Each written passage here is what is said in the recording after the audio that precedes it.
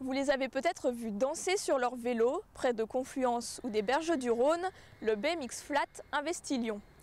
Cette discipline qui consiste à réaliser des figures avec un vélo sur un sol plat séduit de plus en plus. Flora Chaduc et Morgane Henry sont allés à la rencontre d'une discipline en pleine expansion. L'association BMX Force, créée il y a 5 ans, rassemble des adeptes du BMX Flat. Son objectif, promouvoir ce sport à Lyon. De nuit comme de jour, le but est désormais de faire connaître l'univers du BMX à la nouvelle génération. Les MJC ou des écoles pourraient venir avec des groupes entiers et on pourrait faire découvrir ça dans un gymnase dédié pour ce sport. Ou bien c'est accouplé avec d'autres disciplines comme le skate, le breakdance ou le graffiti. C'est-à-dire avoir un pôle loisirs culture urbaine, avoir toutes ces activités-là ensemble. Faire des figures, tenir en équilibre, tomber, une pratique en toute saison, le BMX Flat ne séduit pas que les plus jeunes. Ken s'entraîne presque tous les jours depuis maintenant 4 mois.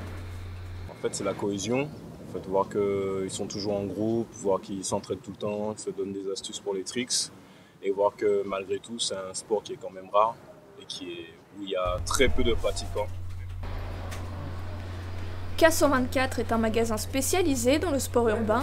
Implanté depuis 2 ans à Lyon, l'engouement se fait sentir depuis quelques mois dans toutes les disciplines du BMX.